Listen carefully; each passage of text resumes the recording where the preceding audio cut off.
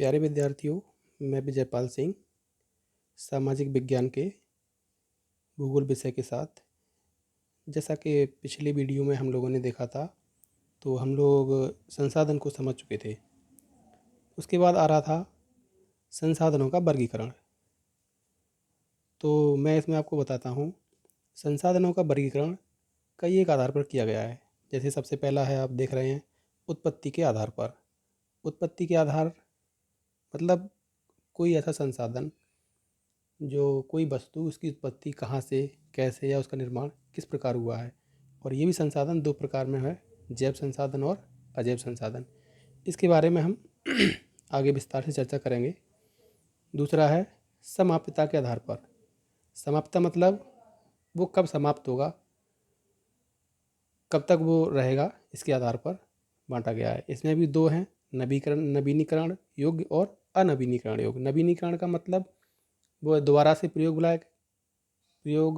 में आ सकता है या नहीं, मतलब जो भी संसाधन है उसका हम रीयूज मतलब पुनः प्रयोग कर सकते हैं या नहीं कर सकते। अनवीनीकरण का मतलब हम उसका प्रयोग नहीं कर सकते। अगला है स्वामित्व के आधार पर। स्वामित्व मतलब एक तरह से कह सकते हैं अधिकार, मतलब उस पर किसका अधिकार है। तो ये ऐसे ये संसाधन है, इसमें व्यक्तिगत अधिकार भी हैं, सामुदायिक अधिकार भी हैं, राष्ट्रीय अधिकार भी हैं, अंतर्राष्ट्रीय अधिकार भी हैं। ठीक है। उसके बाद अगला आता है विकास के आधार पर। ये भी चार भागों में है, संभावी संसाधन, विकसित संसाधन, भंडार मतलब संसाधनों का भंडार, संचित कोष, संसाधनों का कोई संचित कोष है। तो इसके आधार पर चलिए इसके बारे में आगे हम देखेंगे। और आप लोग देख सकते हैं कि एक इस चित्र के माध्यम से पूरा संसाधन को समझाने का यहाँ प्रयास किया गया है। जैसा कि मानव, ऊपर है प्रकृति, इधर है प्रौद्योगिकी और इधर संस्थाएं। मतलब मानव प्रकृति के द्वारा प्रदत्त चीज़ों का और प्रौद्योगिकी और संस्थाओं के माध्यम से उसको अपने अनुकूल बनाता है। नीचे एक टेबल भी दी गई है, तो इसमें वही संसाधन है। संसाधनों को यहाँ पर दो भागों में बांटा गया है, प्राकृतिक संसाधन और मानवीय संसाधन। प्राकृतिक संसाधनों को भी दो भागों में बांटा गया है, नवीनीकरण योग्य, अनवीनीकरण योग्य।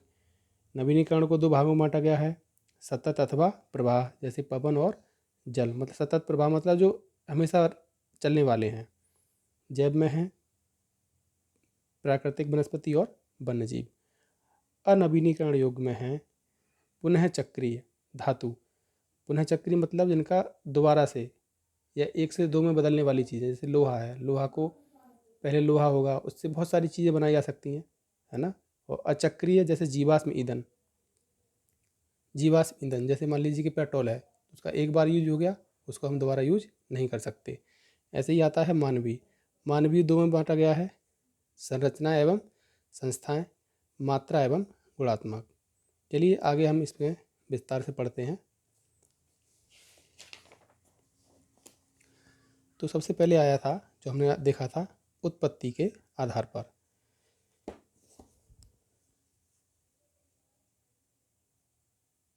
कोई बात नहीं, सॉरी।